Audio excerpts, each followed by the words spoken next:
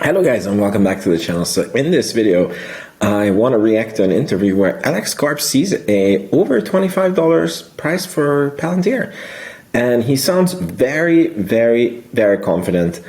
We are before earnings and it's very nice to see a very confident Alex Karp. I have good experience when he has been confident. So I want to show you what he said. I feel like this year's Davos interviews have not been as exciting as they were, and it's probably because it's going too good for the company and then he becomes too philosophical. And there's two times when I believe you get, when you involve too much philosophy in your life. One is when you're at the very beginning and it's not going good and you have to figure out where you're going.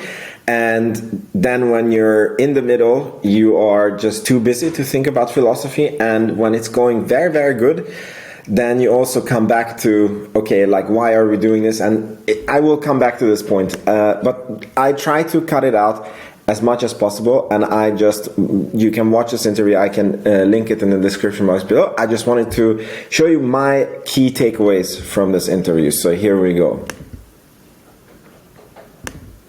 Work. So, Alex, you're saying the U.S. is on track to having almost all the innovation. Well, we're at 84% of the top 50 startup of tech people now. This is basically pre-AIP, pre-AI. What do you think is going to happen? Like, the company is worth between 35 and 40 billion dollars. I'm pretty optimistic we're going to continue to grow and get bigger. Okay, at 60 billion dollars, you are on that list. Okay, it's very likely we'll be on that list. Like, any one of the products we built would be the #1 startup in Germany. Any one of them. We have 5. Our least successful product. So currently Palantir is at $35 billion. Lately it's crazy. I've been thinking about maybe buying more of Palantir. As you know, I have a crazy portfolio with only 2 positions, Palantir and Rocket Lab. And I built out my Palantir position around when it was in, like, my cost basis is somewhere in the 8s. And the stock has been, skyrocketing up, and I've been very happy with my position. And, at over $20, I felt like the stock is maybe a bit on the expensive side, but it's been half a year where the stock hasn't really done anything. And I feel like the company has really been executing. So truth be told, I've been thinking about what if I would add to my Palantir position.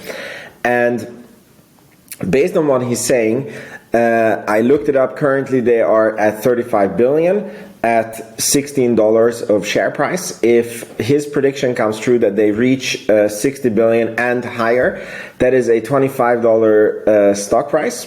He's very confident about it. So amen, let's go for it. So it's like, and if you are yeah, Alex, you're one of the great entrepreneurs in history, a great startup investor. Now you're one of the giants. As we look at AI, what is the opportunity for venture-backed startups versus the giants? I'm actually very aligned with the venture community. I spent all my life hating the venture people because obviously there's a lot to hate. But but I'm very aligned with them on, like, Israel stuff right now because they know it's a strong tech company and I believe they're part of the West and we should fight for them.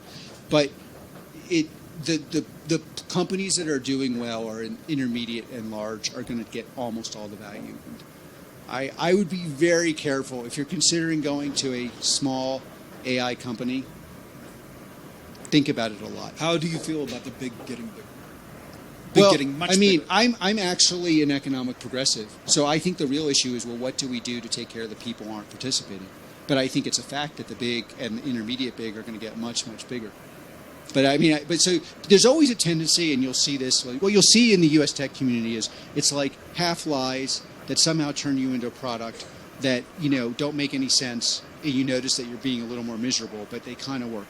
Or you'll find people that bend their moral narrative, so what I'm doing is good. So I know what Palantir's doing is crucial to the world, especially on the battlefield, and I love the American GDP story because I, in all modesty, think there's not much good in this world without America being strong. Okay, however, it is clearly a problem for America and every other country that all the money basically is going to go to a couple players, and we have a societal problem. How do you make sure everyone else has teeth and health and education and things that actually give people an opportunity? That is a really big societal problem. and talking about like all sorts of things that in my view make no sense, like weird permutations of identity politics, is not going to fix the problem. So when you talk about America being...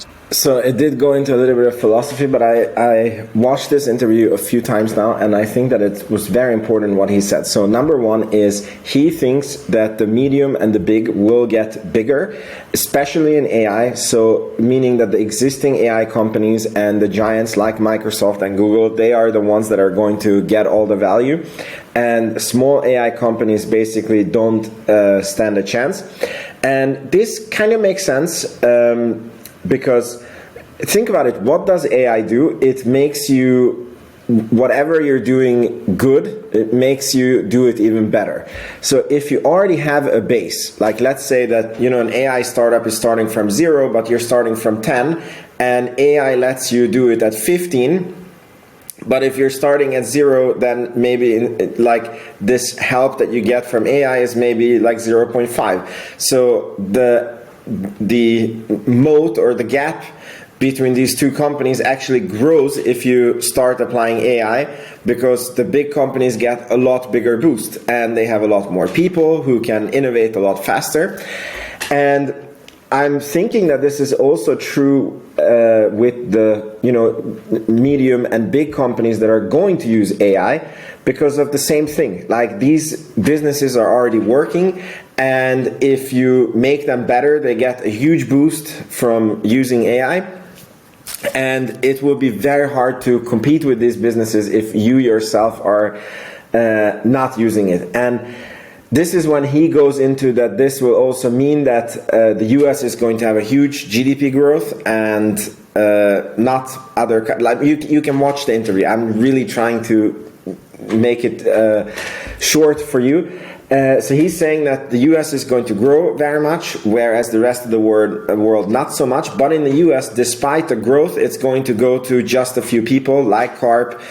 Probably most of it is going to go to Musk and, you know, Bezos and these guys that we know. And then the problem is what happens to the rest of us. And the reason why I think that this is interesting is you obviously only start to think about these things when it's going extremely good. Like he sees what's happening on their AIP boot camps. He sees what they do with other companies. He obviously sees what this will mean for Palantir and how his net worth is going to grow. So this to me is a very, very bullish sign that he is thinking about these problems. And unfortunately, these are real problems, and I wish we didn't have them, but it is what it is. And, you know, you have to handle the problems as they come up. And I don't really have a good solution on this. But I just wanted to say that it's very interesting that he is having these kind of thoughts and how confident he is about Palantir growing, and we are very close to earnings. So here's the next clip. But you think you're going to get good employees? You think like Palantir over a 20-year period has gotten the best people, and I don't think there's any dispute about that. Like Silicon Valley hated me. You know why they hated me? Like the circus cult leader Karp is marching people away from cockroach.com to helping the U.S. government be superior. Why would he do that? It's terrible. He should be supporting us. And you know what? They say this. They're happy. It's like, you know, they have to pretend they're pro-West, but because I've beaten them over the head, or at least they can't pretend that they're on the other side. But in any case, we still get the best people. We retain the best people by and large. Many of the best companies in the world that have been built are ex-Palantirians. Some of them are in the room.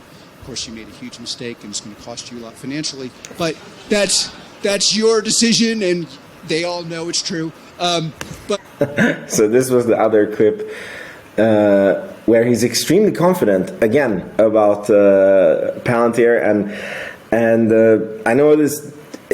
How do you call it? This doesn't give you any, you know, tangible thing that you can grab onto, but you know.